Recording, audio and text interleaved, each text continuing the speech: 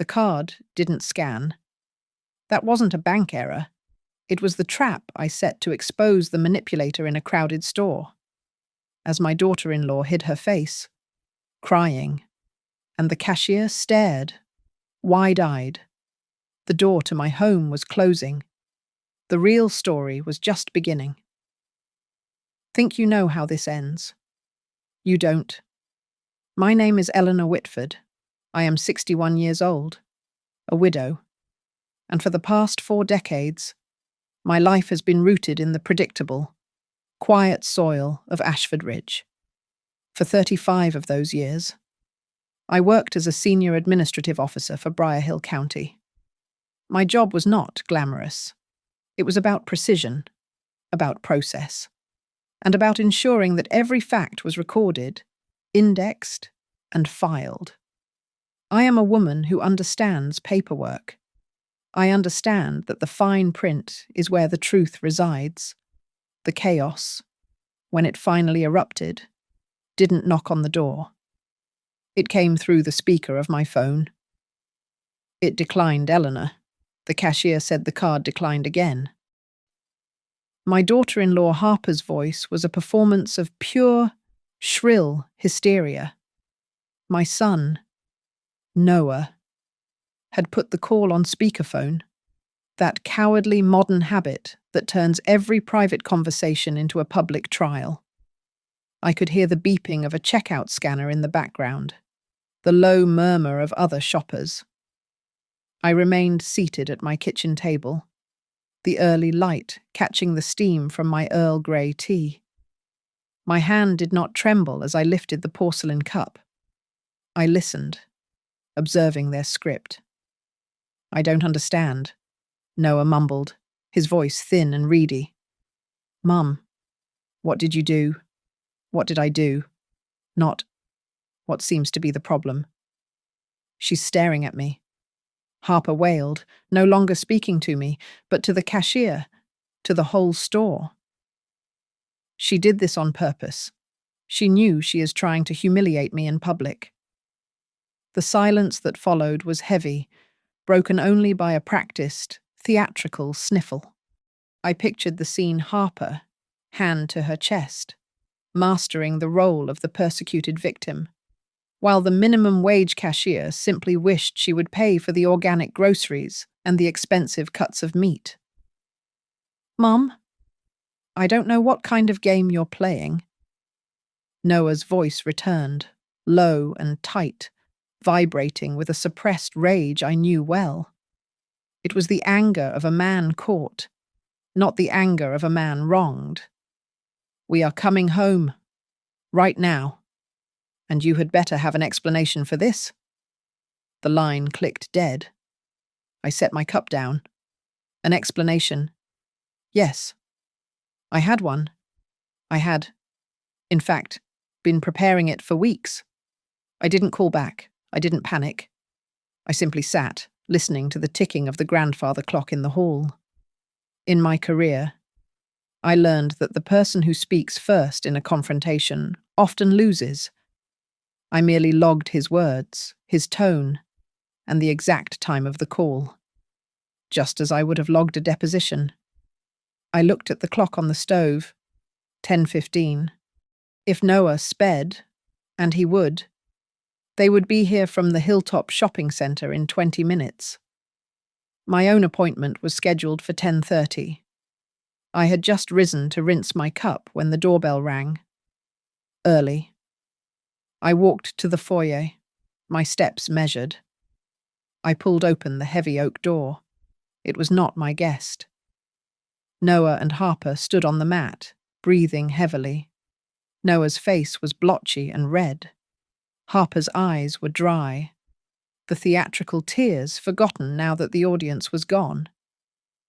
What the hell? Mom, Noah began, pushing past me into the house. You embarrassed her. You embarrassed me. Is there a problem with your finances? Eleanor, Harper asked, her voice dripping with mock concern as she followed him in. Before I could answer, a second car, a dark sedan, pulled into my driveway. A man I did not recognize stepped out, adjusting his suit jacket. He walked briskly up the path, stopping behind Noah and Harper. Mrs. Eleanor Whitford. His voice was professional, crisp, and cut through the manufactured tension like a surgeon's blade. Noah and Harper froze. This was not part of their script. They turned slowly. The man was tall, carrying a leather briefcase, and he radiated an authority that made my son look like a petulant child.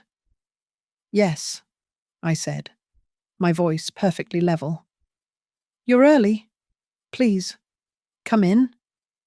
They looked at the stranger, then at me. They had come storming in, expecting to find a flustered, aging woman they could bully and gaslight. They did not understand why I was so calm. They didn't understand that the phone call wasn't the end of the game. It was the beginning of my move. To understand the absolute, freezing silence in my foyer, you have to understand what I found 6 months ago.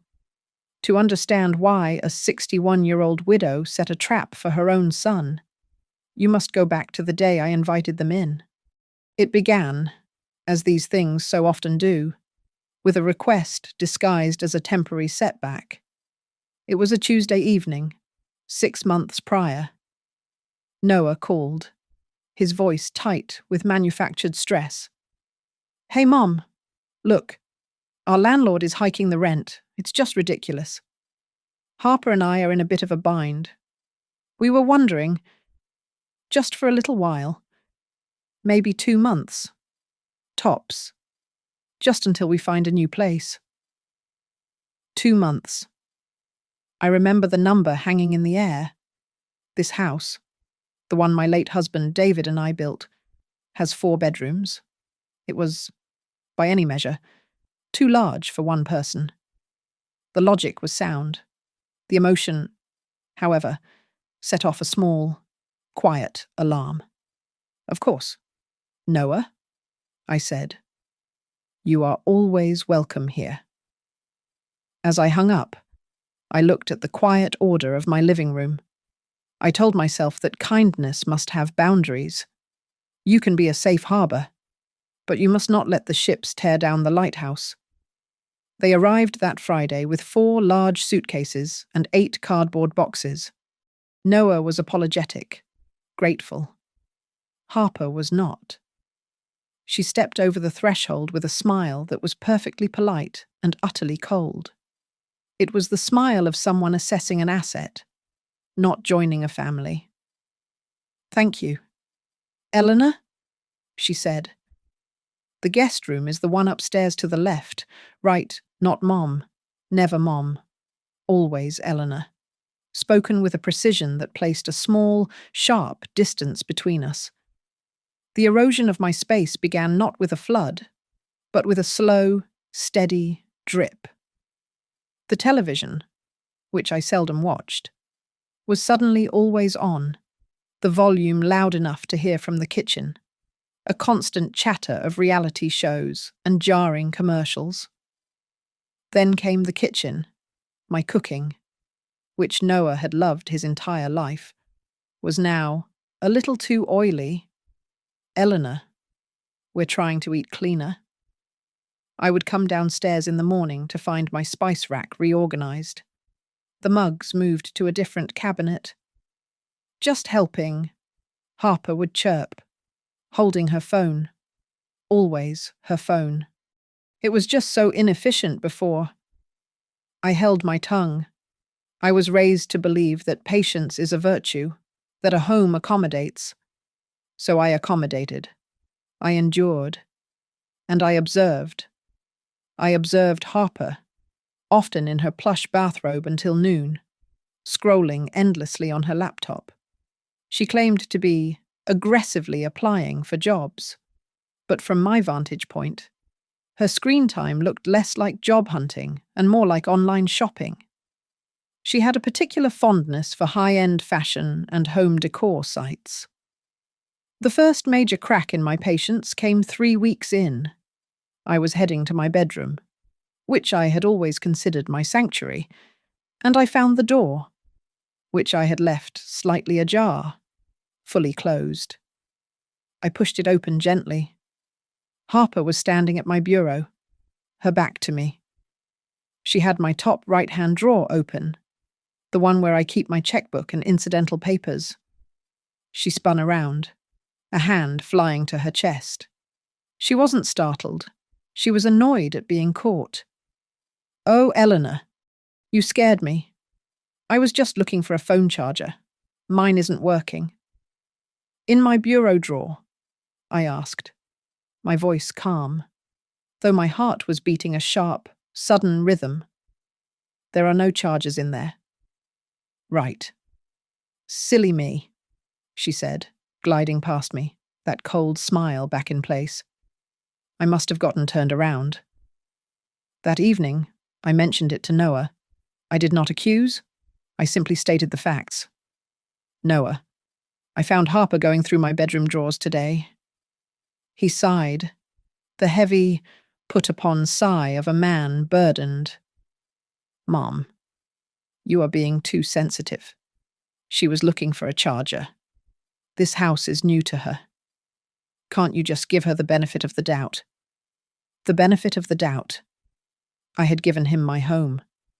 That night, for the first time since David passed away, I used the small skeleton key to lock the antique roll-top desk in my study.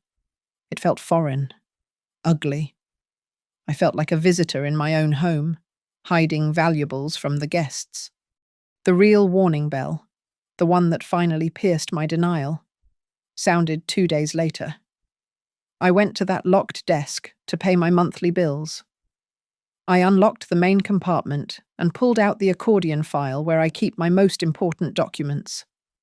The deed to the house, the passbook for my main savings account, my late husband's life insurance policies. I always keep them in the same order. Deed first, insurance last. They were shuffled.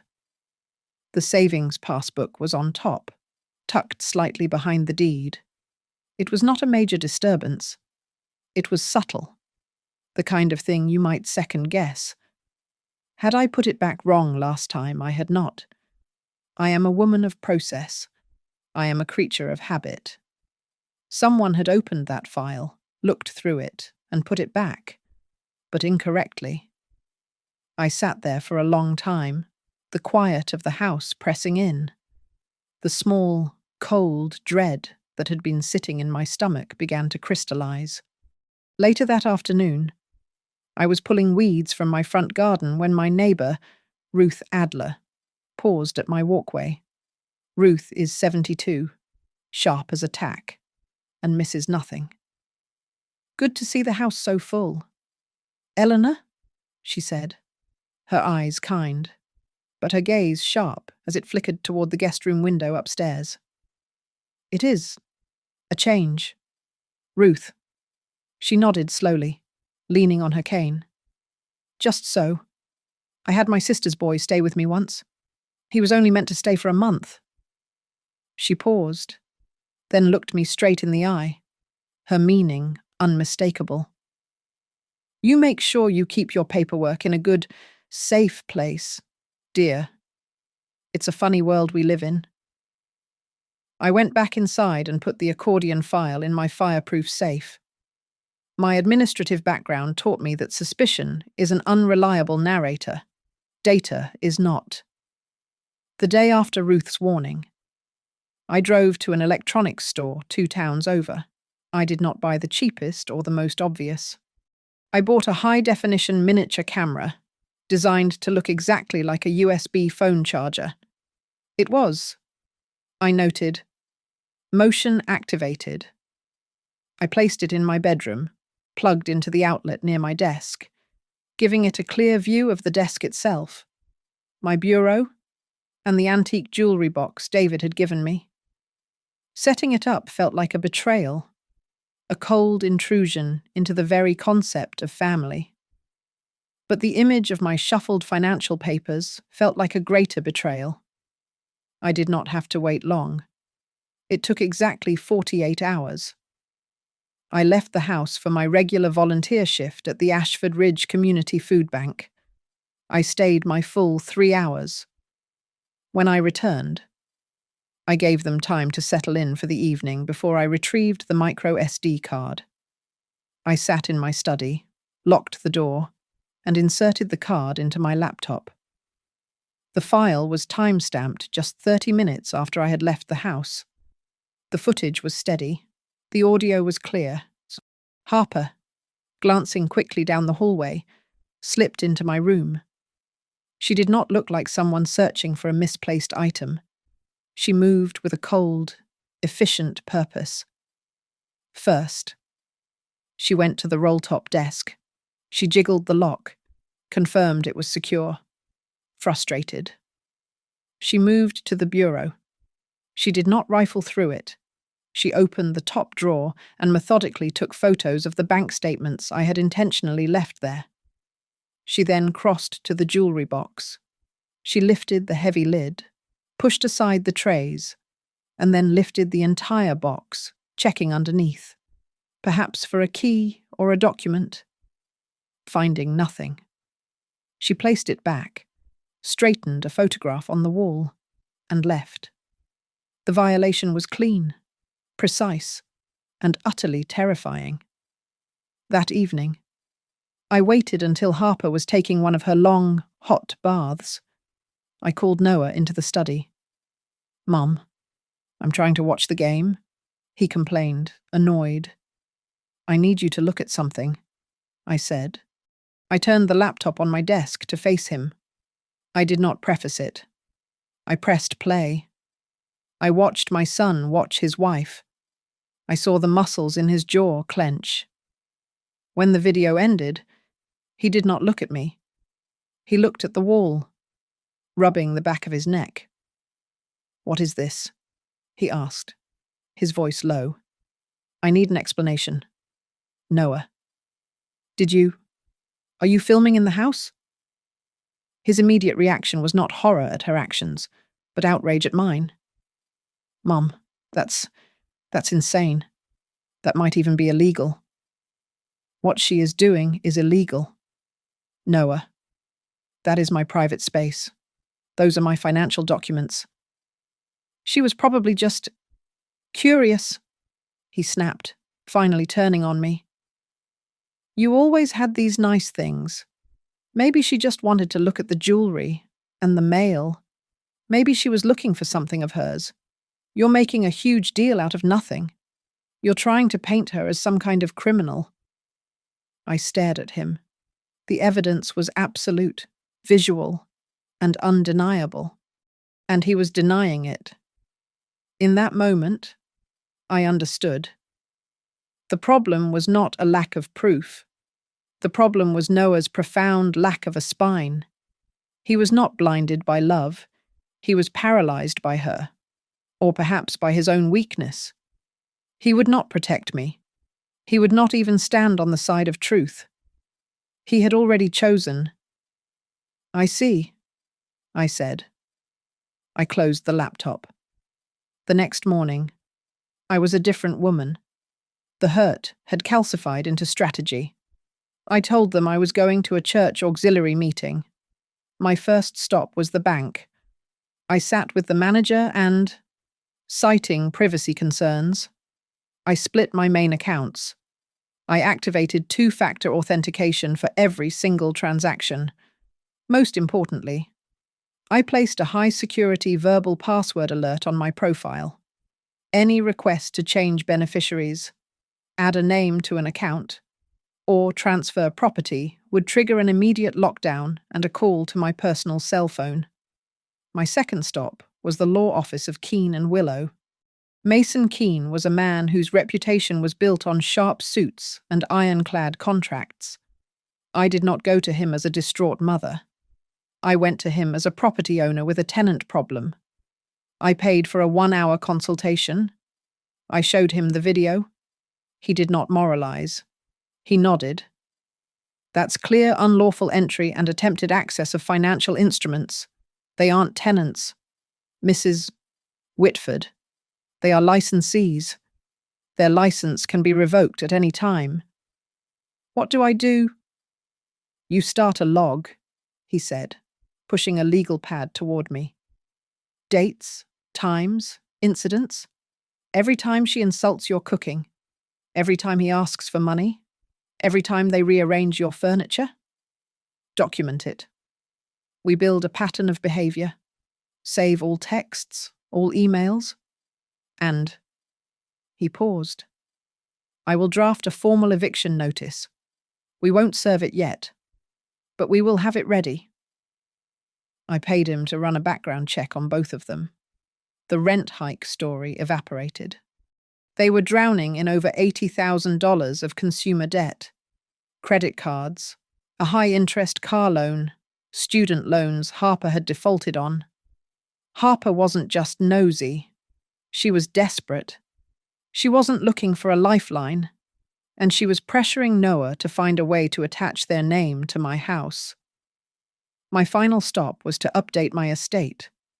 My will had been simple everything to Noah. Mr.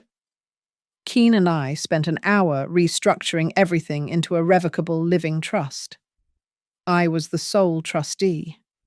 My assets, including the house, were now owned by the trust, not by Eleanor Whitford personally. This is your firewall, Keene explained. They can't pressure you to sign over a house that you technically no longer own. The trust does. And you, and only you, control the trust. I left his office with a file folder under my arm. The trap was no longer just a defensive measure. It was becoming a strategy. The first test of my new firewall came just 1 week later. My phone rang, and the caller ID showed Ashford Ridge First National. Mrs. Whitford. This is Sarah from the county branch.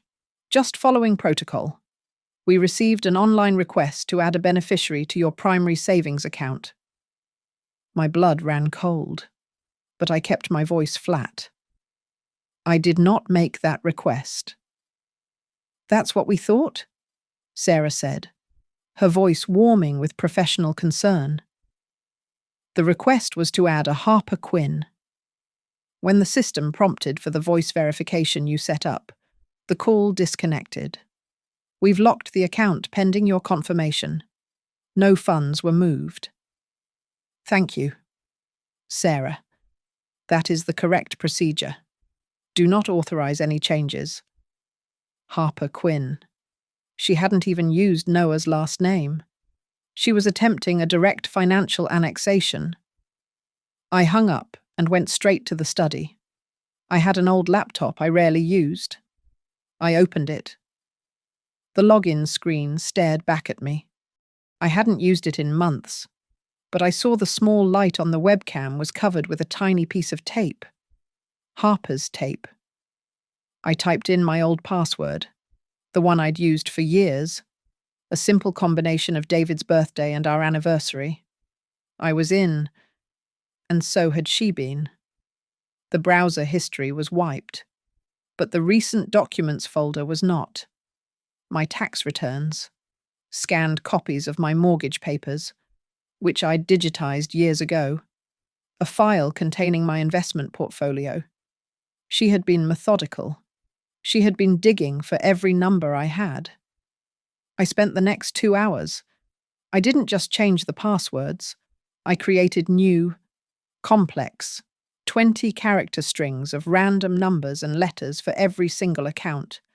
Bank, email, utilities, my pharmacy records. I enabled authenticators on everything.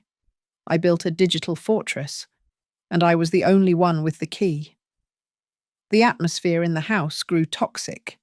Harper, having failed in her digital assault, reverted to a more direct approach. She found me in the kitchen a few days later, her voice coated in artificial sweetness. Eleanor, Noah and I were going to do a big grocery run. Would you mind if I just borrowed your debit card? It's so much easier than trying to split the receipts. I'll pay you right back when our new account clears. I turned from the sink, drying my hands, and met her eyes. No, Harper. I'm afraid that won't be possible. I don't lend my cards.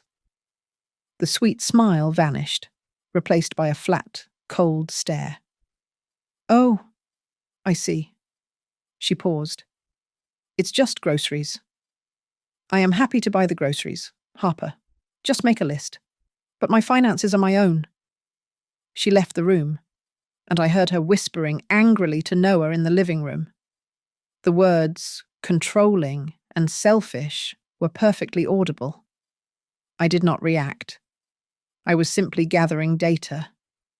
I saw Ruth Adler in her garden the next day. She waved me over. Things looking a bit tense over there. Eleanor. She asked for my debit card, I said, not needing to elaborate. Ruth snorted. And so it begins. You give them a card, you give them a PIN, you give them your life. That temporary I told you about. It's been 8 weeks, dear. Temporary becomes permanent the moment you stop setting boundaries. Don't you forget it? I went inside and forwarded the email alert from the bank about the failed login to Mason Keene. I added the video file from the camera as a secure attachment. I added my notes from the conversation with the bank manager.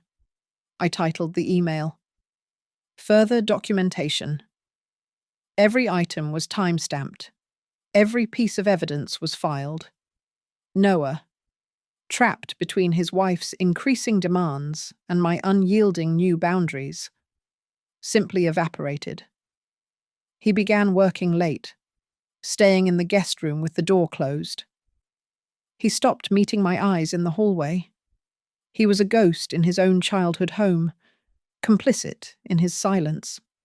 Harper's tactics shifted again. She tried to be helpful, in a predatory way. Oh, Eleanor, you look tired. Let me run to the store for you. I know you need your prescriptions. What's your PIN for the card? I'll just run in and grab everything. That's very kind, Harper. But I have it handled. I'm just trying to help. She'd snap, her frustration making her clumsy. The final escalation was small, but significant. I noticed a few more papers missing from the pile of old mail on the study desk. Not the originals, but photocopies of old utility bills I'd kept for tax purposes. Why would she want those? I realized with a jolt she was trying to gather proof of address, pieces of identity, anything she could use to pass a security check. She was no longer just looking for a lifeline. She was actively building a raft to steal mine. That was when I decided a digital fortress wasn't enough. She was too bold. I needed a physical trap. I needed to prepare the bait card. My next call was to the bank, but I bypassed the general customer service line. I asked for the fraud watch supervisor, a man named Michael.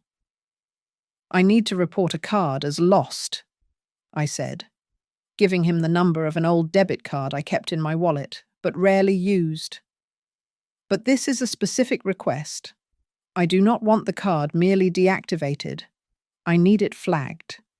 If anyone attempts to use it, I need the transaction to be publicly declined for fraud. And I need an immediate, logged call to my personal cell phone. He was hesitant, citing standard procedure. This is part of a sensitive elder fraud investigation I am building with legal counsel, I said, using the precise terminology Mason Keene had provided. The tone shifted instantly. I understand. Mrs. Whitford, the flag is active. Any attempt will be logged and declined. That evening, I set the physical bait. I did something I had never done. I intentionally left my wallet on my bedroom bureau, in the camera's direct line of sight. I left it slightly open, the corner of the lost bait card clearly visible. I then went downstairs. I'm going to Ruth's for tea. I'll be back in an hour or so. I called out. I sat with Ruth for exactly 1 hour, discussing her hydrangeas, my mind miles away. When I returned, the house was quiet. Harper was upstairs resting. I went to my room. The wallet was exactly where I had left it. I retrieved the micro SD card. The footage was efficient. She had waited less than 5 minutes after hearing my car leave. She didn't snoop. She walked directly to the wallet, pulled out the specific card, and used her phone to photograph the front, and then the back. She captured the security code. She slid the card back in, placed the wallet exactly as it had been, and was gone. The entire act took less than 30 seconds. I saved the video file and forwarded it to Keane. "Bait taken," I wrote. He replied with 2 words, "Stand by." I waited. For 2 days.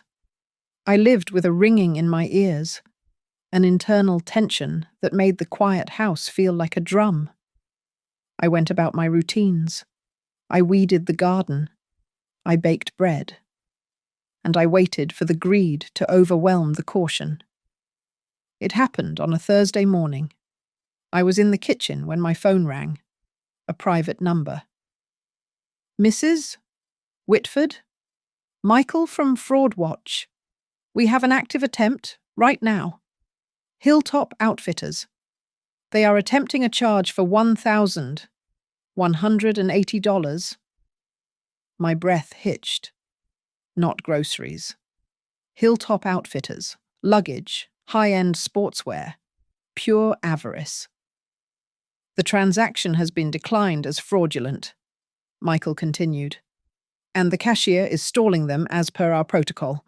We have the log." "Thank you, Michael. That is exactly what I needed." I hung up. I looked at the clock. I did not have to wait long. My phone lit up. Noah. I watched it ring. I let it go to voicemail. I continued drying a plate. The phone lit up again. Noah. I let it ring again. I turned off the water, listening to the sudden, heavy silence of the kitchen. The phone lit up a 3rd time. "Noah," I answered. "Mom, what is going on?" His voice was thin and reedy, already on speakerphone, in the background. I could hear it. The performance. Harper. Weeping. "I'm not sure what you mean." "Noah, I'm just here." The card. The card. It was declined. The store manager is here. They said it's fraud. "Oh dear," I said, my voice full of mild, clerical concern. "Which card are you talking about?" A muffled sound as he covered the phone. I heard Harper shriek. Tell her she did this to us." "Mum, why did you cancel the card?" Noah's voice was strained, angry. "Oh, that card," I said, as if suddenly remembering. "Noah, I apologize. I must have been disorganized. I reported that card lost over a week ago. I'm surprised you found it. Where on earth did you get it?" The line went silent, save for Harper's sharp inhale. The crying stopped. Then the phone was snatched. "You did this!" Harper screamed, her voice raw, all pretense of the victim gone, replaced by pure venom. "You set me up. You wanted this. You wanted to humiliate me in front of all these people." I held the phone an inch from my ear, letting her accusations fill my kitchen. I waited until she had to take a breath. "Harper," I said, my voice quiet, cold, and final. "I have no idea why you would be in possession of, or attempting to use, a debit card that does not belong to you. Family, real family, is built on respecting boundaries, financial boundaries, especially. You, she sputtered. "Noah," I said, cutting her off. "I am hanging up now. Both of you need to come home. Immediately. I have a guest arriving in 30 minutes. I strongly suggest you are both here for the meeting. A guest? What guest who are you meeting with? Noah demanded. A gentleman who is now very interested in this situation. 10:30. Don't be late. I ended the call. They must have sped. The front door slammed open at 10:25, 4 minutes before my scheduled appointment. Noah and Harper burst into the foyer, their faces red, their breathing heavy from the combination of adrenaline and anger. Who is coming?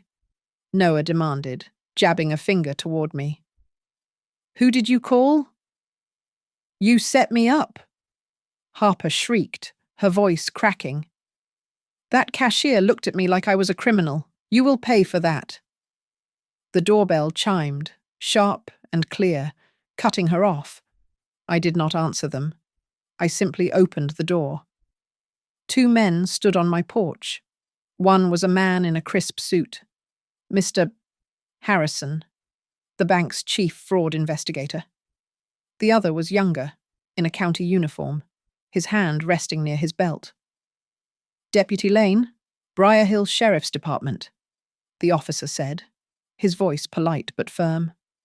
Mrs. Whitford? Yes, please, come in. I stepped aside and let them into the foyer. I watched the blood drain from Noah's face. Harper, who had been gearing up for another round of theatrical tears, stopped mid-inhale. Her eyes flicked between the uniform, the investigator, and me. The manufactured tears vanished, as if a switch had been flipped. Mom, what is this? Noah whispered. Mr. Harrison spoke first, his voice carrying clearly in the hallway. Mrs. Whitford contacted our department 2 weeks ago. Mr. Whitford. She initiated a formal investigation into potential elder financial exploitation regarding her accounts. We live here, Harper said, her voice suddenly small. I don't know what you're talking about. Mr. Harrison did not look at her. He looked at his notes. We have, he continued, a log of an unauthorized attempt to change beneficiaries on her primary savings account. We have a formal report from Hilltop Outfitters for an attempted fraudulent purchase of $1,180 using a card reported lost by Mrs. Whitford. And, he glanced at Deputy Lane, we have time-stamped video evidence of unauthorized access to her private quarters and personal documents. Deputy Lane stepped forward slightly. Ma'am, we aren't here to make an arrest today, but I need you both to understand that based on the evidence Mrs. Whitford has provided, there are clear grounds to investigate attempted larceny, identity theft, and conspiracy to commit fraud. Harper turned a sickly, pale colour. Noah looked like he was going to be sick. As if on cue, a third car, a dark BMW, pulled into the driveway. Mason Keene, my attorney, walked up the path, his leather briefcase in hand. He nodded to the officer as he entered. Deputy Lane, Mr. Harrison. Am I late? Right on time, Mr. Keene, I said. This was the moment they didn't see coming. The uniform was a shock, but the lawyer was the executioner. Noah looked at Keene, utterly baffled. A lawyer. Mom, you called a lawyer on me? On your own family? Keene ignored him and stepped forward, pulling a packet of papers from his briefcase. He addressed Harper and Noah directly, his voice the epitome of professional indifference. My client, Eleanor Whitford, is the sole owner and trustee of the property located at this address. Your verbal license to reside here is hereby revoked, effective immediately. He handed the papers to Noah, who stared at them, uncomprehending. Harper snatched the paper from Noah's hand. She scanned it, her eyes widening in panic. Vacate. This says immediately, you can't do this. We have rights. We are tenants. We get 60 days. We will sue. Keane smiled, a thin, sharp smile that never reached his eyes. You seem to be confusing tenancy with trespassing, Ms. Quinn. Tenant rights apply when there is a lease, which you do not have. You had a temporary, verbal invitation, which you violated through deceptive and, as the deputy noted, potentially criminal actions, given the breach of trust. We are not offering 60 days. We are offering 24 hours to remove your personal belongings from the premises. All eyes turned to me. Noah looked broken. Harper looked murderous. I had not raised my voice. I had not cried. I had simply filed the correct paperwork. This is not a negotiation, I said, my voice clear and steady. I have spent my life building this home. I will not have it stolen by the people I let into it. I choose my safety, and I choose my dignity. Mom. Noah's voice cracked.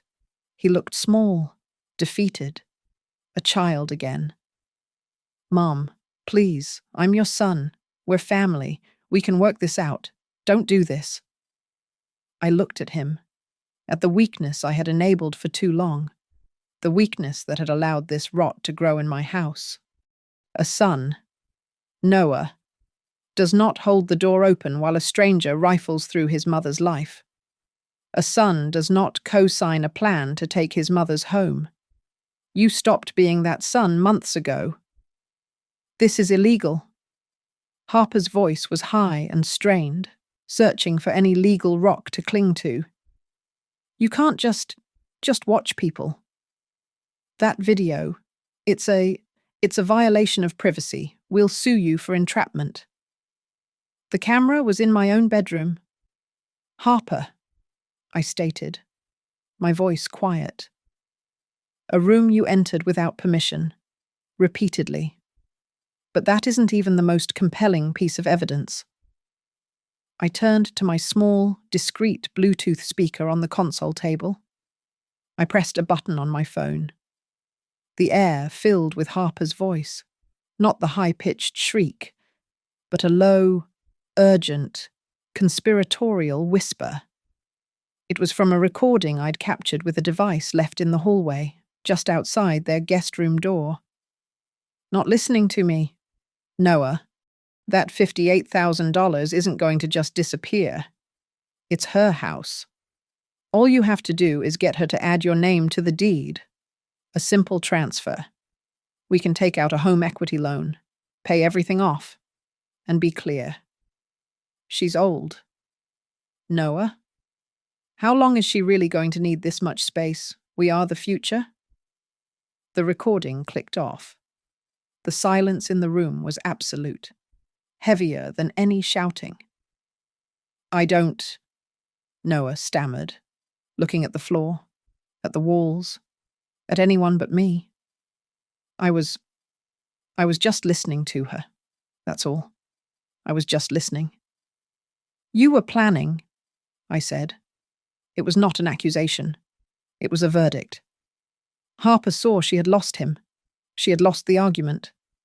So, she did what desperate, cornered people do. She attacked the foundation. She's lost it. Harper suddenly laughed, a brittle, ugly sound. She turned to Deputy Lane, her eyes wide with fake pity. Honestly, officer, it's sad. She's too old to be managing her finances. She's paranoid. She locks her desk. She films her own family. She's probably getting dementia. She doesn't even know what she's doing. We were just trying to help her. This house is a burden on her. It was a good performance. It was her last, desperate play. Mr. Keane stepped forward, tapping his briefcase. Mrs. Whitford's competency is not in question. Ms. Quinn, I can assure you. In fact, she just restructured her entire estate into a revocable living trust, of which she is the sole trustee. It was one of the most organized and cogent estate planning meetings I've had this year. I spoke, my voice cutting through her narrative. And the burden of my finances, I just hired an independent fiduciary, a financial advisor from a firm in the city. He has a complete copy of my portfolio. He is, in fact, expecting my call to confirm the locks have been changed. The front door, which was still slightly ajar, pushed open. It was Ruth Adler, my neighbor, holding a plate of cookies. "Oh, dear," she said, her eyes taking in the scene, the deputy, the lawyer, the two pale faces. "Am I interrupting, Eleanor?" "Not at all, Ruth," I said. "Please, come in. This is Deputy Lane." Ruth nodded to the officer, her gaze sharp. "Deputy, I'm afraid I couldn't help but overhear the young woman's comments about Eleanor's competency." Ruth turned to him. "Officer, my name is Ruth Adler. I live next door. 25 years ago, my own son-in-law tried to have me declared incompetent after my husband died. He tried to forge my signature on a power of attorney. This," she pointed at Harper, "this tactic, it's not new. It's just ugly. And for the record, Eleanor Whitford is the sharpest woman on this block." Deputy Lane pulled out a small notepad. "Ma'am, would you be willing to make that a formal statement as a character witness?" "I'd be willing to swear it on a stack of Bibles," Ruth said, setting the cookies down on the console table. Noah looked like a man who had been hollowed out. He stared at his wife as if seeing her for the first time. The mask of the concerned, stressed woman she had played for him was gone, replaced by a raw, grasping predator. You told me she was forgetting things," Noah said to Harper, his voice a hoarse whisper. "She is," Harper shrieked, finally losing her last shred of control. "She's just a stubborn old... It's not our fault she's going to be alone. She'll be gone soon enough, and then..." She bit her tongue, but it was too late. Gone soon enough. The words hung in the air, a physical, toxic thing. Noah flinched, as if slapped. "I believe we are done here," Mr. Keene said, his voice like ice. He turned to Harper. "Let me be perfectly clear. My client is, at this moment, choosing not to pursue criminal charges. She is offering you the grace of leaving this house with only your belongings, not a police record. But if you make one more false accusation, if you so much as damage a single piece of drywall on your way out, or if you are not off this property in 24 hours, this entire file, including Mrs. Adler's statement and your own recorded admission of intent, goes straight to the district attorney. Are we understood?" Harper said nothing. She just vibrated with a silent, impotent rage. The power had shifted. The pieces were all back in their proper places on the board.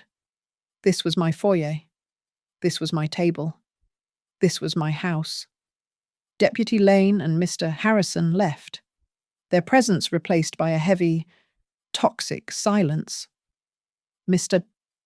Keene gave me a firm nod. "I'll have a locksmith scheduled for 5 p.m. tomorrow, just after the deadline. Don't hesitate to call if they give you any trouble." He left, and the front door closed, leaving the three of us in the house. For a long time, no one moved. Then, from upstairs, the sounds began. Not the sounds of a family moving, which are full of collaborative energy.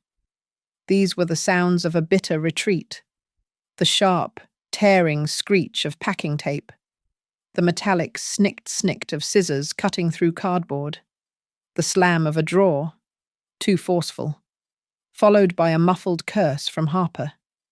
Each sound was a small, sharp cut in the quiet of my home. I went to the kitchen and sat at the table. I did not go upstairs. I would not supervise their shame. An hour later, Noah came down. He stood in the kitchen doorway, his shoulders slumped. He looked 10 years older than he had that morning. "Mum," he said, his voice quiet, hollow. Can we have more time? A week, just to find a place? Please?" I looked at him, not with anger, but with a weary clarity. "Noah, this isn't about time. You've had 6 months in this house and you wasted it. You don't need more time to stay. You need time to grow up." His eyes welled, but he just nodded, turned, and went back upstairs. The tape screeching resumed. A crash echoed from the guest room, not a slam, but the sharp, distinct shatter of glass. It was followed by Harper's raised voice. I don't care about any of this stupid junk." I walked to the bottom of the stairs. "Harper," I called out, my voice carrying clearly. "You will be paying for any and all damages. Deputy Lane's card is on the table, and he assured me that vandalism would be added to the report." The silence that followed was immediate and absolute. The doorbell rang. It was Ruth, this time with a small bundt cake. She walked past the foyer and into the kitchen, as if she knew I'd be there. She placed the cake on the counter and sat down across from me. "The sounds of packing," she said, nodding toward the ceiling. "The sounds of defeat," I replied, my hands wrapped around a cold cup of tea. "You did the right thing," she said, her voice firm. "You went further than I did all those years ago. I just screamed and cried and kicked him out. I never had any proof. You—" She tapped a finger on my kitchen table. "You kept the evidence. You built a case. You're a fortress. Eleanor." I thought of David. He was a builder, a man who worked with his hands. He loved the grain of wood, the solidity of a good foundation. He'd once said, "This house is our anchor. Ellie, don't ever let anyone cut the rope." For 6 months, I had let them chip away at the line. Now, I was finally pulling it back in. My phone buzzed on the table. A text from Keane. Reminder: go to the bank in the morning, cancel all joint cards, if any remain, and check your accounts. Locks tomorrow at 5. I nodded, even though he couldn't see me. The logistical cleanup. Late that night, after the sounds upstairs had finally stopped, I walked the dark hallway. I touched the frame of Noah's high school graduation photo. I touched a picture of me and David, laughing at a county fair. I was saying goodbye, not to the memories, but to the illusion of what my family had become. I went into the living room. They had moved my favorite armchair to make more space for their oversized television. I pushed the armchair, its feet scraping softly on the hardwood floor, back to its rightful place by the window. I moved the side table. I unplugged their blinking, humming video game console. It was a small, quiet, physical reclaiming of my territory. The house was quieter than it had been in months, not just empty of noise, but empty of tension. There were no whispers from a closed bedroom, no blue light from a phone, scrolling in the dark. I went to my study, took a small piece of cardstock, and wrote 4 words on it. I propped it up on the hall table, where no one could miss it. This house has boundaries. The next day, the house was a flurry of resentful, hurried movement. I stayed in the kitchen, listening to the thud of boxes, the scrape of furniture. At noon, exactly, Mr. Keene arrived. Deputy Lane was with him, not in a formal capacity, but as a peacekeeping presence, as he put it. Keene held a clipboard. Mrs. Whitford, we need to do a final walkthrough. I have a checklist here of the rooms and high-value items, as you described them. We need to ensure nothing has been damaged or removed. We walked, a strange, silent procession, from room to room. The guest room was bare, indents in the carpet where our bed had been. The living room felt cavernous without their oversized electronics. As we gathered in the foyer, Harper, who had been vibrating with a furious silence, finally spoke. "You're not done," she said, her voice low and shaky. Keene raised an eyebrow. "I beg your pardon. You're not done? You publicly humiliated me. You had that cashier accuse me. That's slander. I want compensation. For my emotional distress. For my reputation." Mr. Keene almost smiled. He tapped his pen against his clipboard. "Ms. Quinn, you are referring to the incident at Hilltop Outfitters. I presume the public humiliation." He leaned in slightly. "We have the video from Mrs. Whitford's camera, time-stamped, showing you a full 2 days prior to that event, photographing the front and back of a debit card that was not yours, a card that had already been reported lost. What you are describing as humiliation is what the district attorney calls attempted use of a stolen financial instrument. It's a felony. Shall we discuss compensation for that instead?" Harper's mouth snapped shut. She looked as if he had physically struck her. As Keene and the deputy moved to inspect the front porch, Noah caught my arm, his grip weak, his hand trembling. He waited until they were out of earshot. "Mom." His eyes were red, his face pale and drawn. "Mom, I just..." He couldn't meet my gaze. "I'm sorry. I know. I know it's not enough. I was so scared. I was scared of the debt, and scared of her, and scared of looking like a failure. I'm just so ashamed." I looked at my son, this stranger who wore his face. "Fear is a reason. Noah," I said, my voice not unkind, but firm, like bedrock. "It is never an excuse, especially not for betrayal." He pulled his hand back as if burned. He had no answer for that. The hours dragged on. They had rented a small U-Haul, which they backed into my driveway. At 5 o'clock, the locksmith arrived, just as Keene had scheduled. He worked on the front door while they hauled the last of their things. At 5:40 p.m., Noah slammed the metal roll-down door of the U-Haul. It was done. Harper was already in the passenger seat, her arms crossed, staring straight ahead, her face a mask of stone-cold rage. Noah stood by the driver's door, holding the keys. The locksmith finished, the whir of his drill stopping. He handed me a small, shiny set of new keys. "You're all set, Ma'am. That's a high-security pin. No one's getting in without this." Mr. Keene stepped forward and handed Noah one last piece of paper.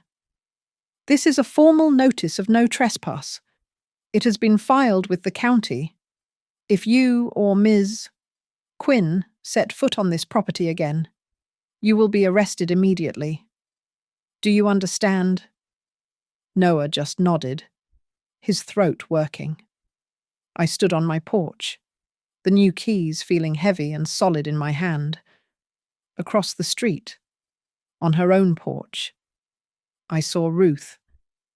She raised her teacup in a silent salute. Tea's hot. Eleanor. She called out. Noah got in the truck. The engine turned over. I watched them back out of my driveway, their headlights cutting through the growing dusk. I stood there until their tail lights disappeared around the corner.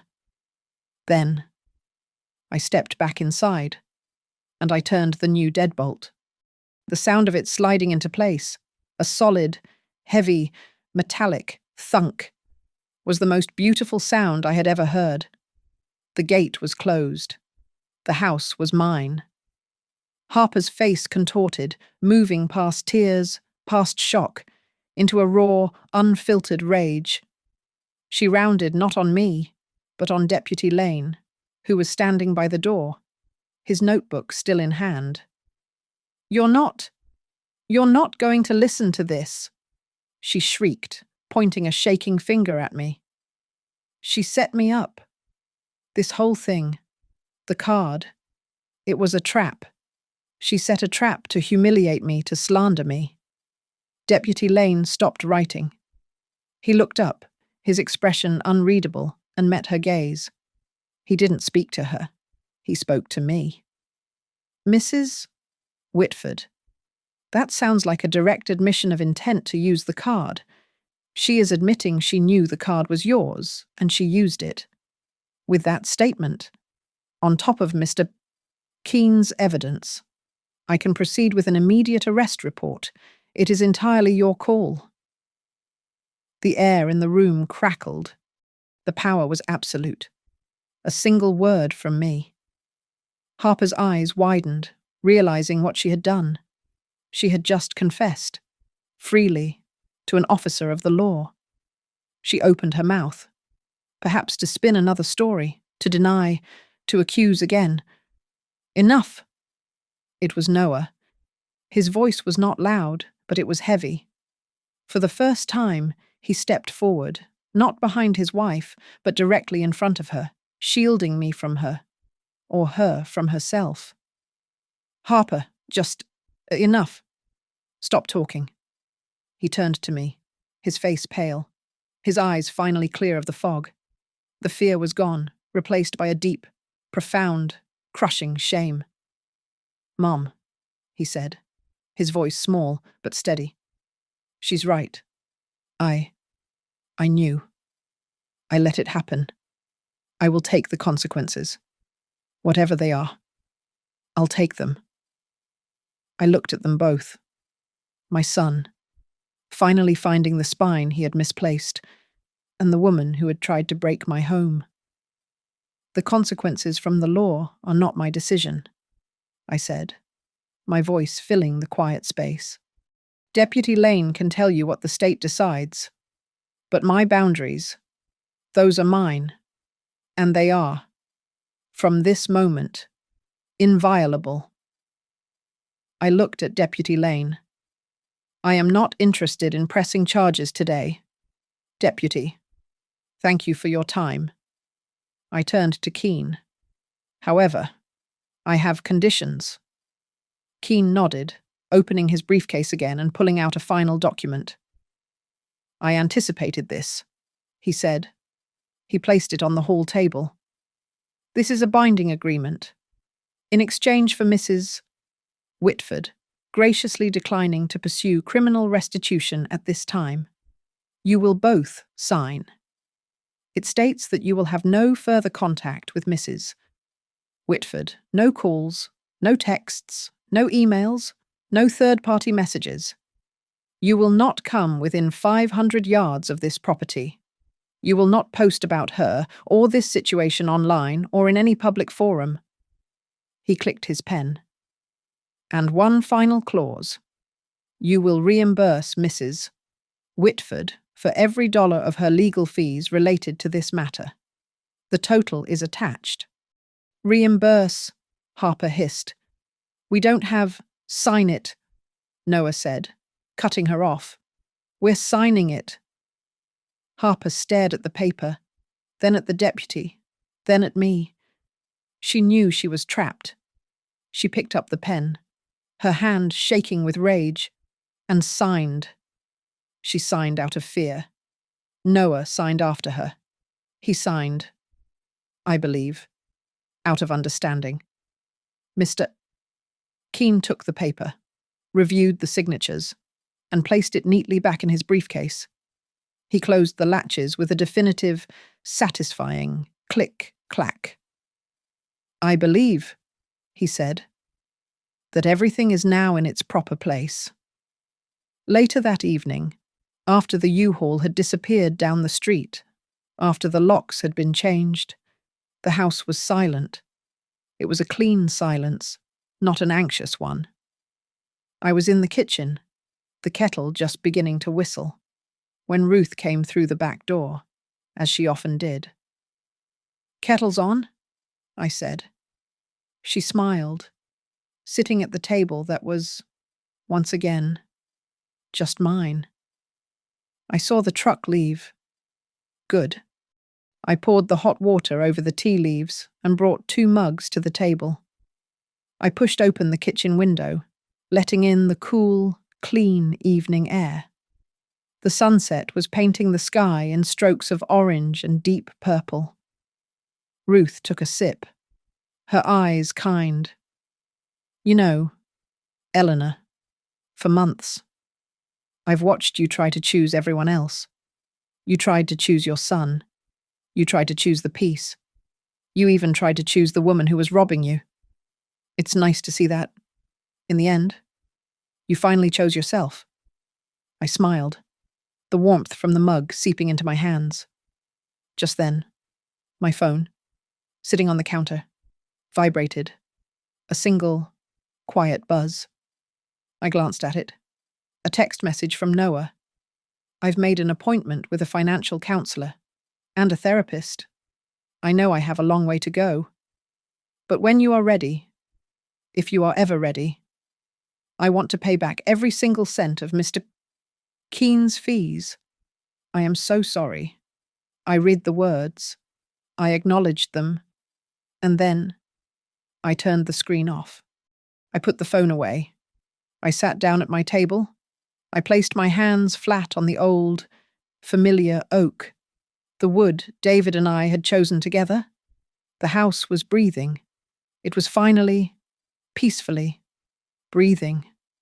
And I, Eleanor Whitford, was no longer silent. Thank you so much for listening to my story. I'd love to know where you are tuning in from, so please leave a comment and share your thoughts on this. If you enjoyed this, please subscribe to Grandma's Family Diary, give this video a like, and show your support by hitting that hype button so more people can hear this story.